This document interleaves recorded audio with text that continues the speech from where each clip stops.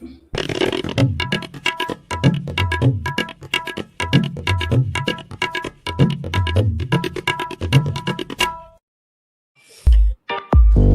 the bell icon on YouTube and don't miss another update.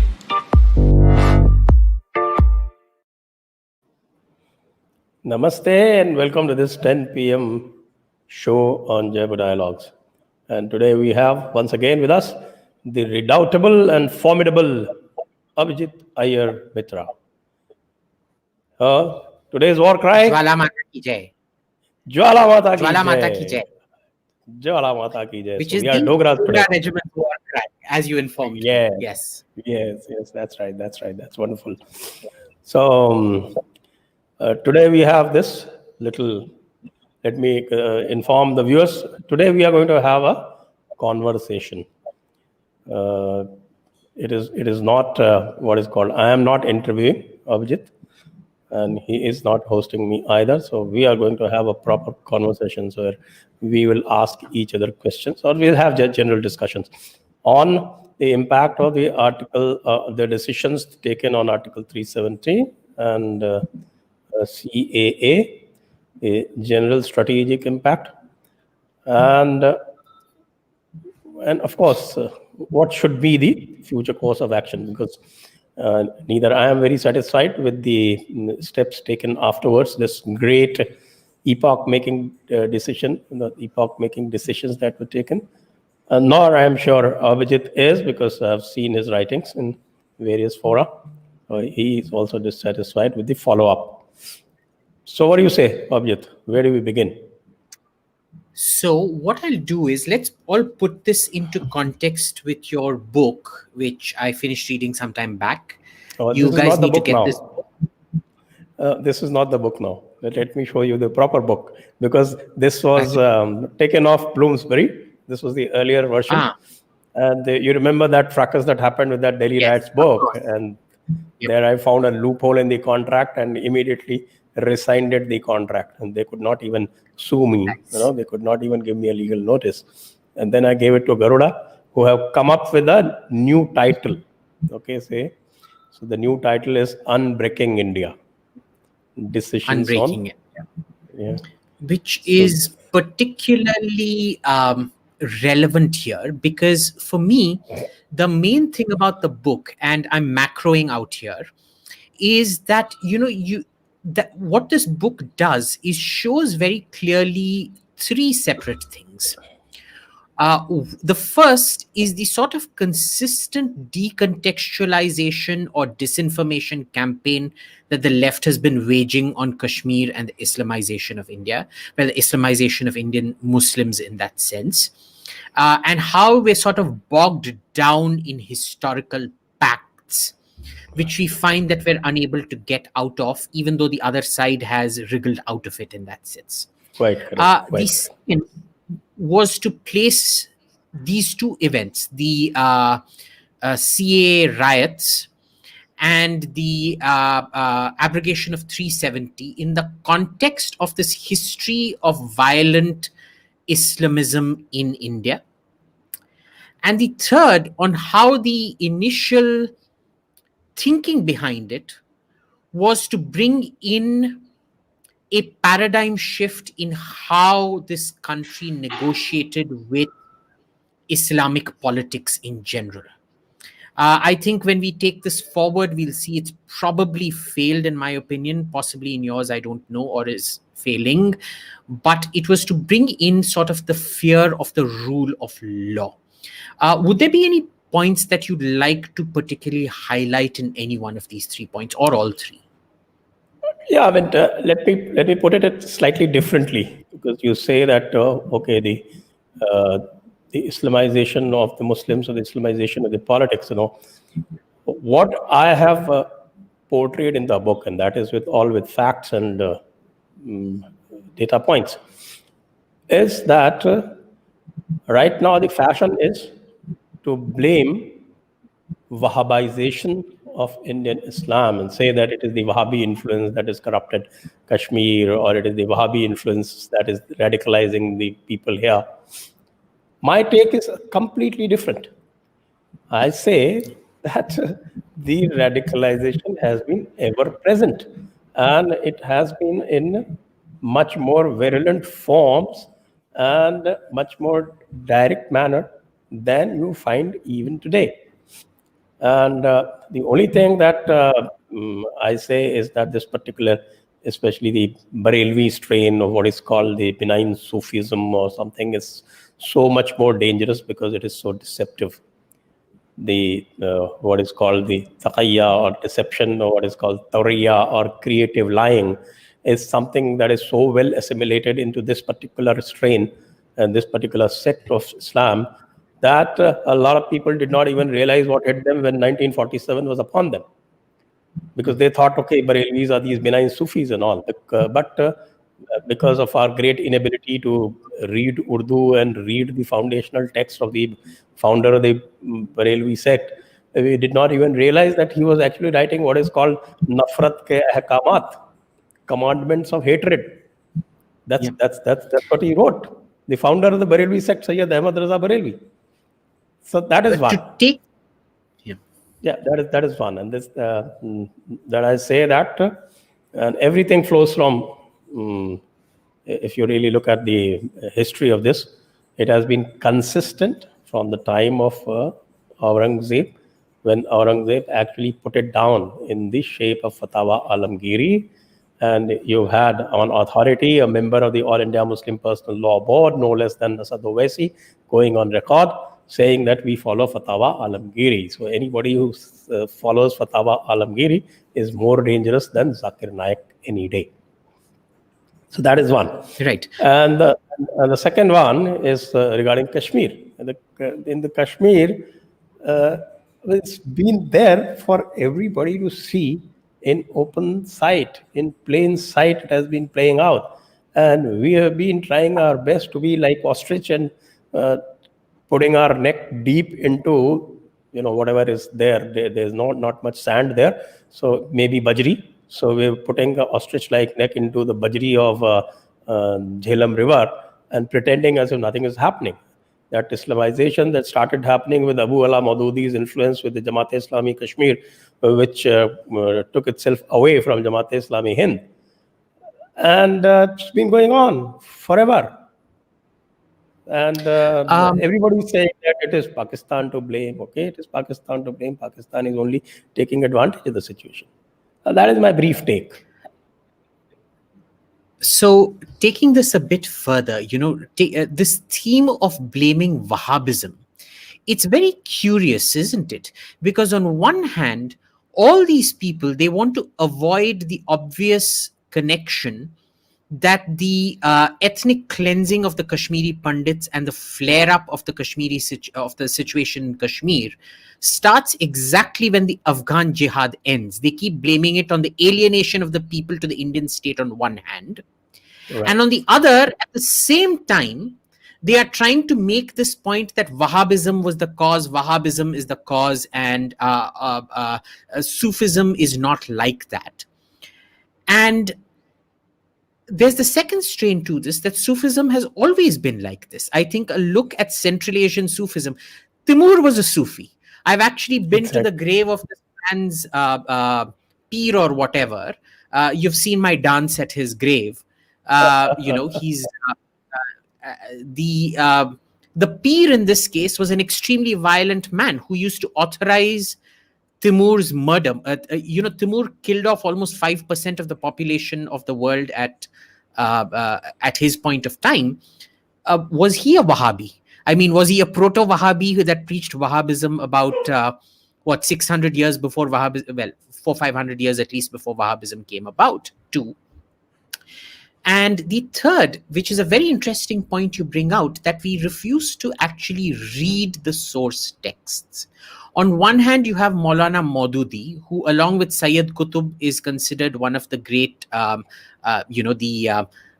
sort of pioneers of political Islam in that sense, an intellectual giant of political Islam.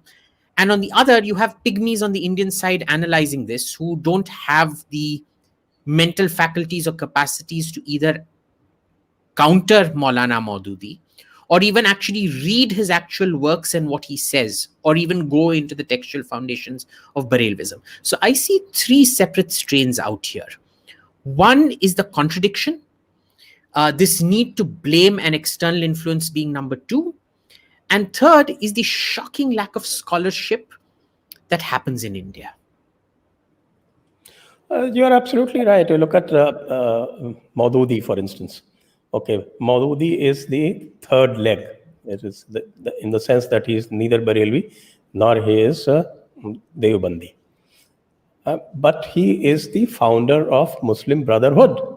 And for God's sake, we know, if not from the scholarship in India, we know from the scholarship in the West what Muslim Brotherhood is like. So one of the Muslim Brotherhood's founder is from India, Hyderabad, of all the places. Yeah. Yeah. And look at the contradiction. I'll also point out one more thing. That what is Wahhabism that they actually blaming? What is Wahhabism? People, when they say Wahhabism, they don't even understand what is Wahhabism. I mean, Wahhabism is basically that strain of Sunni fiqh, of the four major schools of jurisprudence of Sunni Islam, that is Hanfi, Shafi'i, Maliki, and Hanbali, which does not follow what is called taqleed. When you understand, taqleed is where you are not supposed to use your aql or reason.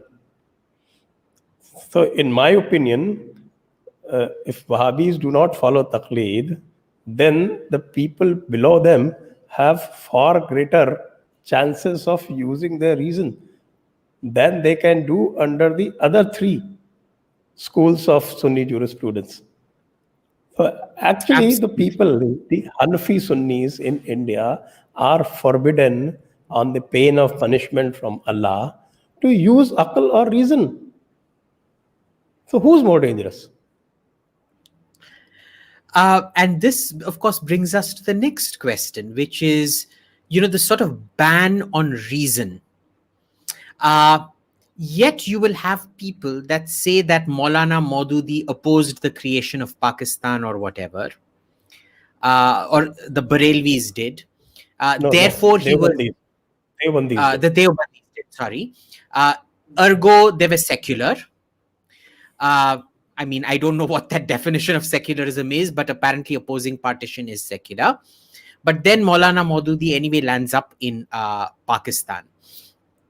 But to nudge this idea a bit further, let's look at the Muslim Brotherhood and how it's played out in two neighboring countries. On one hand, you have the way it's been socialized in Jordan, where it's actually seen as the king's loyal opposition.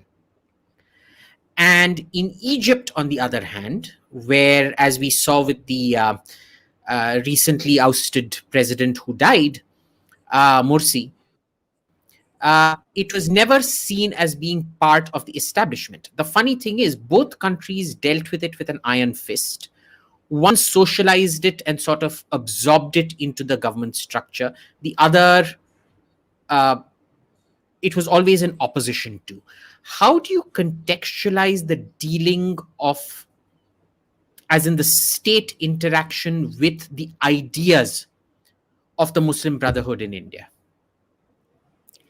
See, the Muslim Brotherhood ideas are best reflected among the Deobandis here.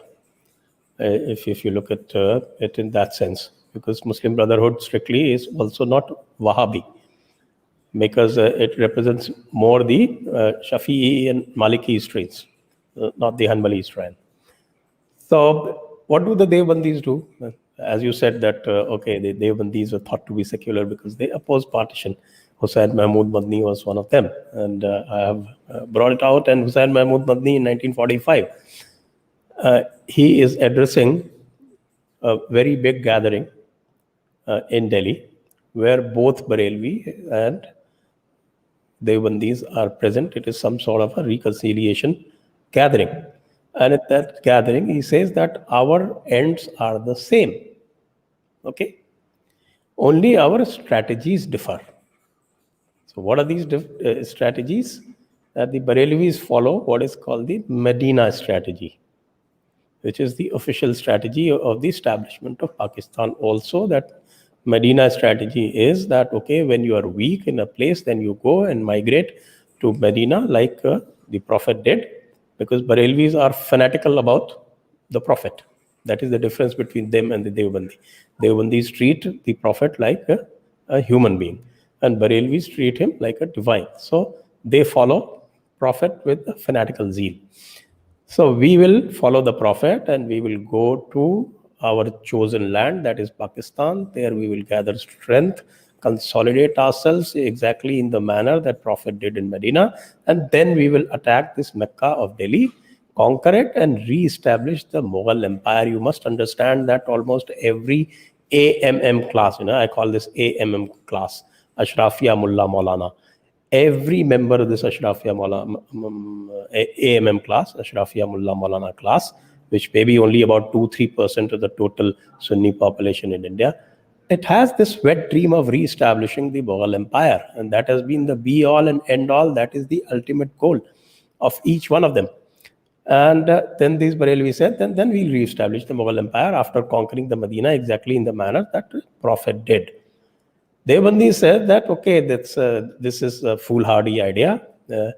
We will only end up splitting our strength, and our ultimate goal of Islamizing the whole of the Indian subcontinent will receive a great blow.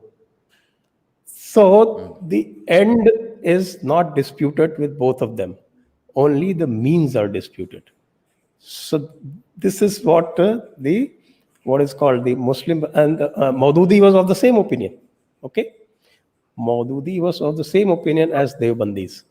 So that is the Muslim Brotherhood, I would say, the point of view that operates in India through the Deobandis. Right. But see, that leads us to a very, very sophisticated, unintentionally perhaps, of a very, very sophisticated carrot and stick policy, say the Mecca policy versus the Medina policy.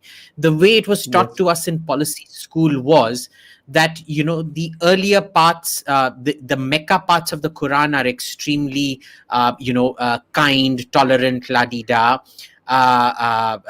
The word used was esoteric, and the Medina part, which becomes where the Prophet comes into power, where it becomes quite militaristic and expansionist, is realistic apparently, because it deals with the realism of governing a state in conflict with its neighbors. So here you have the perfect sort of red pill, blue pill kind of strategy, this sort of carrot and stick, which you see surprisingly applied both in the case of CAA and Kashmir across the sort of Muslim history of the political Islamic history of modern India. For our viewers, could you just contextualize that about how these carrots and sticks worked, both in the build up to CAA and in the case of Kashmir, historically? Oh yes. And you look at the, actually, a lot of it has to do with the stupidity of the Hindu leadership, which was in the hands of the Congress, because they simply fed into it. And right from the beginning, I have quoted two people quite often. I think almost half a dozen times or more in this book. And first of them, of course, is Dr. Ambedkar, who was remarkably perspicacious about how Islam was going to play out. He analyzed the Islamic society fundamentally, at a very fundamental level, and came up with the right diagnosis. And then he said that the nature of Muslim politics in India is the gangsters' method of politics, quote unquote, gangsters' method of politics. Then there is H.V. Seshadri, who said, okay, there is two behavior pattern, and the partition is the result of that two behavior pattern. And there is the Muslim behavior and there is the nationalistic behavior. So the Muslim behavior is what? That it starts with acrimony, then it goes to accusations, then it sets up absurd claims on the base of those absurd claims, it comes up with absurd demands. And when those absurd demands are impossible to be met, then it starts with its denunciation and culminates in street rioting. And that street rioting, this is a part of that strategy, the overall strategy. And this is one tactic. This is the culminating tactic of that strategy. And it works both ways. They benefit both ways in the sense that, okay, if they come out trumps in the street rioting, then they can claim victory, and then they claim that Medina strategy is being successful, and they are blessed by the Prophet and blessed by Allah. And if it boomerangs and they suffer losses, then they play victim. And that is a very practiced art with the Muslim leadership, you know. And then he compares the nationalistic behavior. And this is the nationalistic behavior is what? It is acquiescence, then it is cajolery, it is coaxing, then it is appeasement, and then finally it is surrender. So this is how he analyzes these two conflicting behaviors. And if you look at it right from the day of independence till CAA happened or till 370 happened, you tell me, where did that nationalistic behavior or that Muslim behavior change? Did we? Right. We know, just one sec. We know that the hotbed, the experimental laboratories of partitions were in Uttar Pradesh. They were in AMU, they were in Barelvi. The movement was led by the sons of the founder of the Barelvi sect, Ahmad Raza Barelvi, that is Hamid and Mustafa, and the great Sufi Naimuddin Muradabadi. They were the leaders. All the great poets, Kafi Azmi, Josh Malihabadi, and your Mazaz Lakhnavi, the Mamujan of our great Javed Akhtar, and Kafi Azmi is the father-in-law of the great Javed Akhtar, and all these people, this Kaf Banarsi, all these people, they were singing taranas. And lo and behold, after Pakistan was formed, all of them strayed back. And either joined Progressive Writers Association or joined the Congress. So, it's kind of like the Congress is to the Progressive Writers Association what the the IRA is to the Sinn Féin, I guess, or what the Jamaat-e-Islami is to the Mujahideen. But that was a very interesting point that you brought up, that maybe the CAA, the government's adamance of not giving in CAA, was a huge psychological victory for the Indian state, and maybe the first proper defeat of the Medina strategy, in the sense, in that in spite of protests, riots, whatnot, the government just refused to give in, even symbolically. Because if you look at the practical consequences of the CAA, I think you'll agree with me, there's nothing much we can really do in terms of deporting people and things like that. But do you see it sort of as the, shoving it down as a fait accompli, saying this strategy is not going to work anymore? I would go a step further, actually, and I would say that the decisive blow was the nullification of Article 370. Why? Because these salami slicing tactics that were being used, they focused on first taking Srinagar and the valley away. That would be their first stepping stone, and then move on to Jammu, then to Punjab, and then to other parts, and then make it a Mughalistan. So there is a paper on Mughalistan, actually. It says that, if you see, just to digress, if you see the cover of this book, can we bring the book, please, on the screen? If you see the cover of the book, then I have actually taken Rahmat Ali's map. In the 1940s, after the Lahore Resolution, can you zoom the only the book, please? Okay, so you see those greens wherever. Right. This is Rahmat Ali's map, and wherever you have a situation where Muslims are more than 20%, he says that this has to be a Muslim enclave, and that would be the part of the Muslim Commonwealth of Pakistan. This is the Commonwealth of Pakistan. This is the map of the Commonwealth of Pakistan. So more than 20%, wherever it is more than 20%. And this is how they were working on the concept of Mughalistan. I saw that article in mainstream. I mean, you can expect it in mainstream only. So I saw that article that was published around 2001, 2002 in mainstream, where they said that, okay, that we need this Mughalistan. And because we have already 40% population in parts of Western UP, and we need this corridor along Nepal, and then we link it up. It's the same kind of thing that Jinnah was saying, and a lot of rumors were going on, and some people have also linked it to Godse's assassination of Mahatma Gandhi. All those things remain the same. I also draw this parallel. I say that they said exactly according to, if you look at this map, they said, okay, do qawmi nazariya.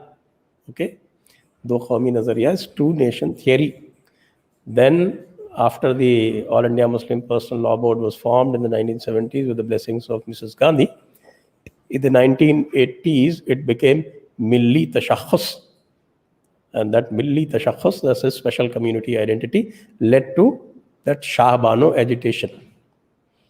And what are they saying at the time of CAA? Mazhabi Pehchan. Now you please tell me, going to the fundamentals, is there any difference? Is there any difference among these three terminologies? No. So everything remains the same. Then the 370 thing that happened was a decisive blow, because that killed off the entry to Mecca from Medina, because that was the entry point. Right. So I get that bit, that 370 was the beginning, and in the sense the Muslim polity in this country understood it. They wanted to probably test it further, which is why they tried the same stunt with CAA, which again did not work. But I would put to you that in a sense it was just a move by the government to prevent the success of the negotiation strategy, but not to punish the perpetrators or change the status quo at all. Because if you look at 370, there's been a significant regression in terms of the domicile clause. We've seen nothing in terms of trying to resettle Kashmiri Pandits back out there. We've seen none of the sort of deconflicting of the economy, because let's face it, I mean, some self-criticism here also, but the police, the army, they're all incentivized in the conflict out there, in addition to all the terrorist organizations. We've taken absolutely no economic steps towards that, towards sending corrupt people to jail. And we know everybody who, Kashmir being a conflict economy, say about 40% of the population directly derives their income from the conflict continuing. And they kind of provide for the remaining almost 60 to 80% total population, in a sense, the footprint, the economic footprint. So what has actually changed in that sense in Kashmir? Because it seems to have stopped the negotiation tactic, but it has not removed the root causes for this negotiating tactic to go on erupting, which can be a very, very dangerous thing, because it may actually morph into a Raqqa strategy. I mean, forget the Mecca and Medina strategy. It may actually go into an Raqqa strategy of full-on Daesh. And similarly with CAA, when you can't actually expel illegal immigrants, there are no consequences that are being imposed for this kind of behavior. So where do you see this going in the future? One is the regression in Kashmir and the not complete resolution, and in the case of CAA, not being able to carry through on your threats. Okay, let me deal with Kashmir first. You are right in a sense, because this conflict economy that has thrived there, and I think if you look at people like what's his name, our great expert, oh, I just missing his name, uh, the great intelligence chief, who Oh, Dullat. A.S. Dulat, Dullat. A.S. Dulat. This A.S. Dulat strategy, I think it benefited the intelligence community the most. Yeah. And if you really look at the way that the whole thing about the 370 happened, and when the negotiations were going on, and there was the yes side and there was the no sides, and who was the no side? It was the intelligence community that was trying to prevent the Yes. nullification of Article 370. We know that. Uh, just quickly though, there was Raw actually wanted the nullification. It was IB that was going out to prevent the nullification. Exactly. And so A.S. Dulat was the IB chief in Jammu and Kashmir in the late 80s and 90s. There's those, what is called the apocalyptic days. And then he became the raw chief also. So Karela or Neem Chada. So this Karela Neem Chada, the kind of strategies, the kind of what is called the narrative for the intelligence agencies that he set in Kashmir, I don't think that has been dismantled. They are still greatly incentivized. It is like, when I went to Punjab, a little after about 5-6 years after the insurgency ended there in Punjab, and met a lot of policemen, and they were mighty disappointed. They were mighty disappointed that the Khalistani movement had ended, because the kind of, you know, unspeakable perks that they enjoyed, even to the lowliest constable, that they thought that that's gone completely out. And goes to the credit of KPS Gill that, in spite of that great incentive being that his very police, that he used that very police to end that insurgency.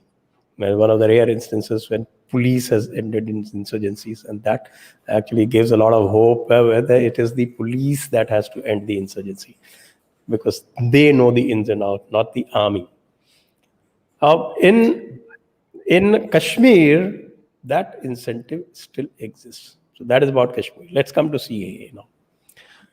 The CAA is somewhat different, because CAA is actually reassertion of what we committed to ourselves in the Liaquat Nehru Pact. People are not reading that pact. People need to go back and read that pact, what it means. It's all contained there. We are simply reasserting that. And not just that, by operationalizing that pact, the Indian Muslim can still become a citizen of Pakistan. However, using that pact, Pakistan stopped giving citizenship to Muslims of India who were entitled by virtue of that pact to get citizenship of Pakistan. So you see exactly the same thing. Okay, now our fifth column is there, and we are not taking them in. We have got this Treaty of Hudaybiyah with the what is called the great strategist of Lord Almighty Jawaharlal Nehru, who I call strategically blind. I mean, tactically maybe he won right, but strategically he was completely blind. And that's where he lost out. So at least they are setting the narrative right. And both the things I say, okay, follow up definitely leaves a lot to be done. And I think we may be justified in being disappointed with the follow up. But then I say that if you have clinched the narrative, then you have won 3/4 of the battle. And the rest of the things, you can be like a Sehwag, or you can be like a Dravid, But we know that in cricket, Dravid has the higher average and not Sehwag. But in this particular problem, if you look at this as a sort of match, I'm not very good at cricket, so I'm probably going to give you a sort of bad analogy. On the Pakistani and Islamist side, you have a grand strategy. You have a whole sort of corpus of knowledge that is sort of inherited consistently and played one way or another. It plays out different tactically and strategically. I'm not implying some kind of protocols of the elders of Islam kind of nonsense, but we know it plays out differently in different ways. There are different people who maintain the link to the past and keep tactical actions in sync with the strategy, and there are more tactical actions that happen. But on the Indian side, if you notice, there is no inherited memory in that sense. Even the people who are sort of deemed as being the historians are completely sold out for different reasons, not to the other side, but to the other narrative. Now, what happens when this government is no longer the government? Because none of their actions that they have taken so far are irreversible. And the follow-through hasn't been carried out. And that is definitely something that a non-BJP dispensation could weaponize and take quite far. So what happens then? I agree with you. I agree with you. And that is precisely the reason that I wrote this book. Because anybody who reads it will probably think twice about it, and it also has I hope that it will set off a reaction, and it will make many people think. After all, when I'm discussing CAA, I'm discussing the whole gamut of the partition, how partition happened, what were the narratives that went into it, which have been very conveniently whitewashed by our Marxist historians. So all those things need to be brought to public consciousness, and the public consciousness is energized, then these narratives will take hold. And it is our duty, people like you and me, who should at least ensure that the narrative takes hold. Once the narrative takes hold, it will be difficult even for a non-BJP kind of government to go against public opinion. That's what I thought, and that was the thought paramount in my mind when I started writing this book. But it would seem, given the government's actions, that they themselves haven't internalized this narrative in a sense. They're playing to some third tune. It's like, the Islamists are playing to the Mecca Medina tune. You and I are playing the Jai Jagdish Hare tune. And the BJP is sort of playing some, I don't know, Mary Had a Little Lamb tune somewhere in its own universe, or maybe some opium-induced Kubla Khan, Coolidge's Kubla Khan in the Pleasure Dome, Xanadu, or whatever, la-di-da-di-da. How do we ensure that this is the narrative that becomes the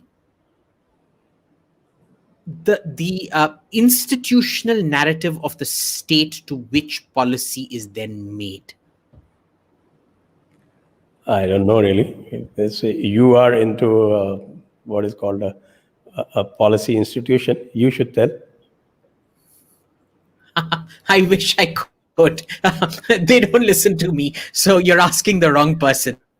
No, it doesn't matter. They don't listen to you. I am here to listen to you.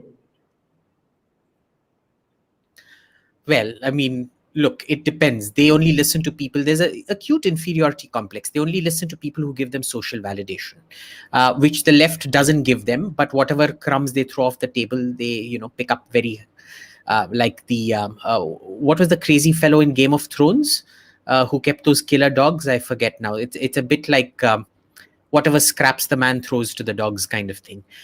But I think we've finished our 40 minutes and we should go on to the questions now, because I see a lot of questions. Can we start bringing up the questions, please? Yes, sir. Let's have the questions, please. Press the bell icon on YouTube and don't miss another update.